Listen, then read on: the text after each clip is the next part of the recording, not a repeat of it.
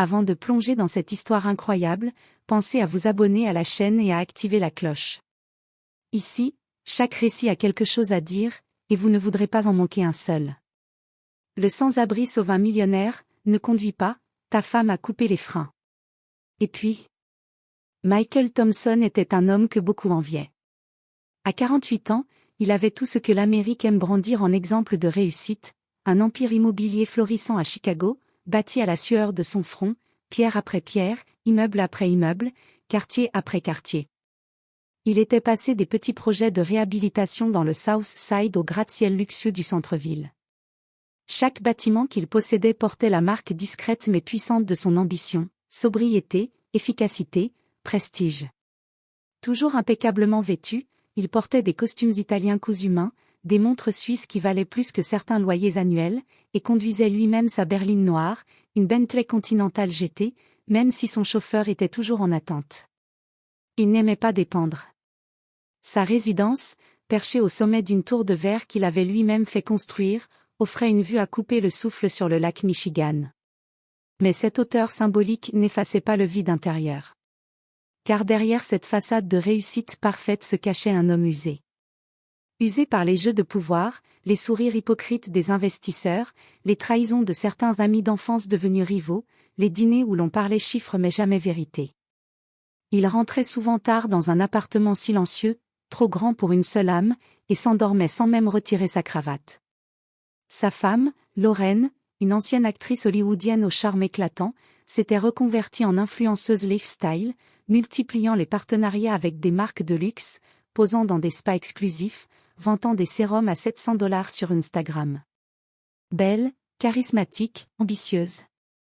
Lorraine brillait encore en société, mais à la maison, la lumière s'était éteinte. Michael avait aimé chez elle cette force, cette audace. Mais depuis plusieurs mois, quelque chose en elle avait changé.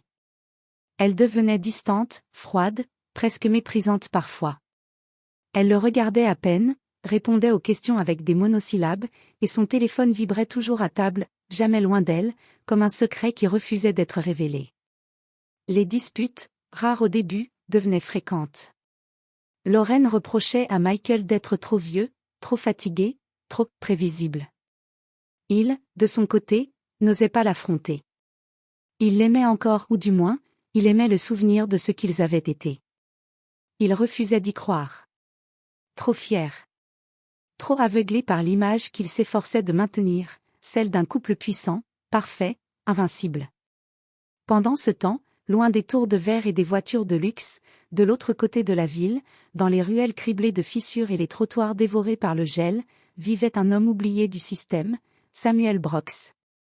À 55 ans, le dos voûté par les années de labeur, la peau tannée par les hivers à la rue, Samuel était un sans-abri respecté du quartier de Bronzeville. Ancien ouvrier métallurgiste, il avait tout perdu après une série de drames, la fermeture de l'usine, la mort de sa femme, et une blessure au dos qui l'avait empêché de retrouver un travail stable. La descente fut brutale, mais il n'en parlait jamais. Malgré les épreuves, Samuel n'avait jamais cédé à l'amertume. Chaque matin, il se lavait tant bien que mal dans les toilettes publiques du square, repliait soigneusement sa couverture, et se postait sur son banc favori, près du café Sanderson S, un établissement chic où se pressaient les gens importants de la ville. Il observait, silencieux. Les gestes, les regards, les habitudes. Il savait exactement à quelle heure arrivait la directrice de la banque locale, quels hommes politiques venaient en douce rencontrer des conseillers occultes, et quels clients riches trompaient leurs épouses dans l'arrière-salle du restaurant voisin. Il ne jugeait pas. Il regardait. Et il comprenait. C'est ainsi qu'un soir, alors qu'il mâchait un vieux bagel donné par un employé compatissant, il avait entendu une conversation étrange. Deux silhouettes, à peine dissimulées derrière une haie, parlaient à voix basse. Il reconnut immédiatement Lorraine Thompson, la femme du grand Michael, dans un long manteau en cachemire ivoire. Elle semblait nerveuse. À ses côtés, un homme plus jeune, costard sombre, barbe fine, l'écoutait attentivement. Samuel tendit l'oreille. « Il faut que ce soit discret. Un accident.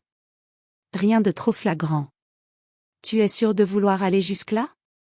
Je suis fatigué d'attendre. Une fois qu'il sera mort, tout me reviendra. » Et tu sais ce qu'on pourra faire avec cet argent. Le sang de Samuel ne fit qu'un tour. Il resta figé, le cœur battant. Il connaissait cette voix, ce ton, cette haine polie. Il n'en parla à personne ce soir-là. Mais il savait qu'un choix se préparait. Et que lui, l'homme de la rue, allait devoir se dresser entre un crime et une vie. C'était une soirée glaciale de décembre, le vent coupant balayait les rues désertes de Chicago. Le ciel était chargé de nuages lourds, menaçant de déverser une neige froide à tout instant. Michael Thompson, fatigué et songeur, avait quitté tardivement une réunion épuisante. Ses épaules lourdes, son regard fatigué, témoignaient des semaines intenses qu'il venait de traverser. Il s'installa au volant de sa Bentley noire, les mains crispées sur le volant en cuir, le moteur ronronna doucement, brisant le silence de la nuit. En traversant le quartier résidentiel du sud de la ville, là où les maisons cachaient leurs secrets derrière des haies épaisses, il passa près du parc abandonné où Samuel Brooks, fidèle à ses habitudes, s'abritait du froid sous un vieux banc en bois vermoulu. Samuel, emmitouflé dans une vieille couverture trouée, leva les yeux au passage de la berline. Un détail, furtif mais dérangeant, attira son attention. Non loin, à l'ombre d'un arbre, un homme au geste furtif s'accroupissait sous la voiture de Michael. Samuel plissa les yeux. Qui pouvait bien toucher au frein d'une telle voiture? Pourquoi ici, à cette heure? Son cœur s'accéléra. Une alerte instinctive le poussa à agir. Sans perdre une seconde, il bondit de son banc, son corps affaibli par le froid mais animé par une urgence viscérale. Il courut jusqu'à la voiture, frappant violemment à la vitre du conducteur. Michael, surpris, tourna la tête vers la source du bruit. Il aperçut alors un homme en haillons, le visage marqué par la vie, les yeux brûlants d'une sincérité et d'une peur qui le déstabilisa. « Monsieur Thompson. Attendez. Ne conduisez pas. » cria Samuel, la voix rauque mais ferme. Michael haussa un sourcil, incrédule, un sourire moqueur étirant ses lèvres. « Tu es fou, vieux. Pourquoi ma femme ferait-elle ça? » ricana-t-il. « Va-t'en, avant que je ne prévienne la sécurité. » Samuel ne bougea pas, plantant son regard dans celui de Michael, une flamme de vérité et de détermination. « Écoutez-moi, je sais ce que j'ai vu. Un homme manipulait les freins de votre voiture, juste avant que vous arriviez. Votre vie est en danger. Je vous en prie, laissez-moi vérifier. Je ne cherche pas d'ennui, mais je ne peux pas vous laisser partir ainsi. » Un long silence s'installa. Le souffle de Michael se fit plus lourd, l'incrédulité céda peu à peu face à la peur sourde qui commençait à poindre. Son regard scruta Samuel, cherchant un mensonge, une erreur, un piège. Mais ce qu'il vit, c'était autre chose, un homme qui n'avait rien à gagner à lui mentir. Après une longue seconde de silence, un souffle glacé passa entre les deux hommes. Michael hésitait encore, luttant intérieurement contre cette voix en lui qui lui criait que tout cela n'était pas possible. Que sa femme, Lorraine, n'aurait jamais pu. Mais les yeux de Samuel ne mentaient pas. Ils étaient clairs, durs, déterminés, comme ceux d'un homme qui a trop vu pour se permettre de douter. Finalement, Michael coupa le moteur et sortit lentement de la voiture. Le gravier craqua sous ses chaussures italiennes alors qu'il contournait le capot. Son souffle formait des nuages pâles dans l'air glacial, mais ce n'était pas le froid qui le faisait trembler. Samuel, malgré ses mains usées et engourdies par le froid, s'agenouilla avec habitude. Il savait exactement où regarder. Il écarta doucement une plaque de protection sous la roue avant gauche et désigna du doigt une série de câbles. « Regardez ici », murmura-t-il. À la lueur du lampadaire proche, Michael aperçut ce que Samuel voulait lui montrer. Les conduites du système de freinage étaient entaillées, coupées avec précision. Une coupure nette, presque chirurgicale. Le liquide de frein s'était échappé lentement, une trace sombre encore visible sur le sol. Le cœur de Michael rata un battement. Il recula d'un pas, comme frappé physiquement. Ses pensées se bousculaient, l'attitude distante de Lorraine ces derniers mois, les disputes soudaines, les appels mystérieux qu'elle prenait à l'écart, son insistance pour qu'il prenne sa voiture, pas le chauffeur, ce soir-là. Tout prenait un sens sinistre. Il sentit une boule glacée se former dans sa poitrine, une angoisse viscérale qui lui coupait le souffle. Lorraine, comment as-tu pu? Murmura-t-il, les mots s'échappant de sa bouche sans force, comme s'ils pesaient des tonnes. Il leva les yeux vers le vide, incapable de détourner le regard de ce qu'il venait de découvrir. Une douleur plus profonde que la peur s'installait en lui, celle de la trahison. Il ne parlait pas seulement d'un sabotage, mais de la femme qu'il avait aimée, qu'il avait soutenue, protégée, et qui, silencieusement, avait planifié sa disparition. Samuel se releva lentement, essuyant ses mains sur son pantalon.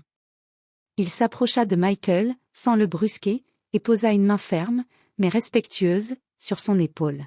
« Il y a encore une chance, dit-il d'une voix calme mais grave. Mais il faut agir vite. Si elle a fait ça, elle n'est peut-être pas seule. Et si elle vous croit mort dans quelques heures, elle passera à l'étape suivante. » Michael hocha la tête, le visage figé, le regard perdu dans la nuit. « J'ai besoin de savoir tout ce que tu sais. Maintenant. » Samuel le regarda droit dans les yeux, hochant doucement la tête. « Alors venez.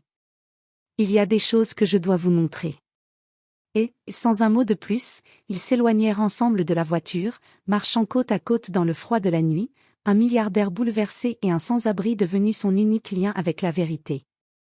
Grâce aux indications précises de Samuel, Michael prit les choses en main. Ce n'était plus un homme d'affaires dans un bureau climatisé, mais un mari trahi et un homme en quête de vérité. Il engagea discrètement un détective privé de confiance, fit expertiser sa voiture par un mécanicien indépendant, et installa un système d'écoute dans le salon secondaire de leur pentouse, là où Lorraine avait pour habitude de passer ses appels en pensant être seule. En quelques jours, les pièces du puzzle se mirent en place. Conversation enregistrée. Message compromettant. Mouvement bancaire suspect. Le nom de l'homme qui avait saboté les freins, un certain Brian Mendez, ancien cascadeur, devenu solutionneur, pour les gens bien trop riches pour se salir les mains. Lorsque tout fut prêt, Michael ne délégua rien. Il rentra chez lui un soir, après avoir demandé à Samuel de rester non loin. Lorraine était là, un verre de vin à la main, affichant ce sourire lisse qui ne l'atteignait plus. Il s'assit face à elle, calme, glacé. « Je sais tout, Lorraine. » Elle tenta de nier d'abord, rit même d'un air nerveux.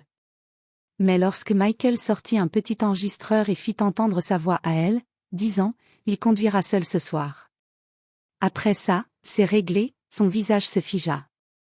La panique la prit d'un coup. « Ce n'était pas ce que tu crois ? Je n'allais pas le faire vraiment. » Mais il était trop tard. La police, prévenue à l'avance, arriva quelques minutes plus tard. Lorraine fut arrêtée sur le champ, inculpée pour tentative d'assassinat, complicité criminelle et fraude à l'assurance. Son regard croisa une dernière fois celui de Michael, mais il ne ressentit plus rien. Ni colère, ni haine. Juste une profonde tristesse. Et un immense soulagement. Les semaines suivantes furent silencieuses. Michael prit le temps de réfléchir, loin de la presse et des paparazzis. Il s'éloigna de ses affaires pendant un moment et invita Samuel à venir vivre chez lui, dans une dépendance rénovée du Pentouse, face au lac. Il ne le fit pas par pitié. Il le fit par gratitude, mais aussi par respect. « Tu m'as sauvé la vie, » dit-il un soir à Samuel, assis tous les deux sur la terrasse en regardant les lumières de Chicago. « Et pas seulement la vie physique. Tu m'as réveillé. » Samuel, humble comme toujours, haussa les épaules. « J'ai juste vu ce que personne ne voulait regarder. » Michael lui proposa un poste unique, conseiller personnel. Pas un rôle administratif, mais un rôle humain. Il voulait que Samuel soit ses yeux et ses oreilles dans ce monde qu'il avait trop longtemps ignoré, celui des oubliés, des invisibles, des sans-abri. Samuel accepta, non sans émotion. Pour la première fois depuis des années, il avait une clé de maison, et un titre. Les mois passèrent, et une amitié improbable naquit entre eux. Ce n'était pas une simple cohabitation. C'était un échange. Samuel lui parlait de la rue, de ses codes, de ses douleurs. Michael écoutait, questionnait, apprenait. Échangeait. Ensemble, ils fondèrent The Second Chance Foundation, une organisation dédiée à la réinsertion des sans-abri, à la construction de logements temporaires dignes et à la formation professionnelle. Grâce au réseau de Michael et à la sagesse pragmatique de Samuel, la fondation connut un succès fulgurant. Michael, jadis homme d'affaires insensible, était devenu un défenseur discret mais acharné des laissés pour compte. Il assistait à des forums, prenait la parole sur les politiques de logement, finançait personnellement des centres d'accueil, et refusait désormais tout projet immobilier qui impliquait d'expulser des familles vulnérables. Quant à Samuel, il retrouva une estime de soi qu'il croyait irrécupérable. On le respectait, on l'écoutait. Il conseillait même d'autres hommes d'affaires, leur expliquant que les solutions venaient parfois des bancs publics, pas seulement des tableaux Excel. Un jour, lors de l'inauguration d'un centre d'hébergement flambant neuf, Michael prononça un discours simple. J'ai passé des années à construire des tours. Mais ce n'est que lorsque j'ai appris à écouter les voix de la rue que j'ai commencé à bâtir quelque chose de vraiment solide. Il m'a fallu qu'un homme que la société avait oublié me tende la main, pour que je me souvienne de ce que signifie être humain. Dans la foule, Samuel ne dit rien. Il souriait. Car il savait que parfois, pour sauver un homme, il suffisait de dire la vérité, au bon moment.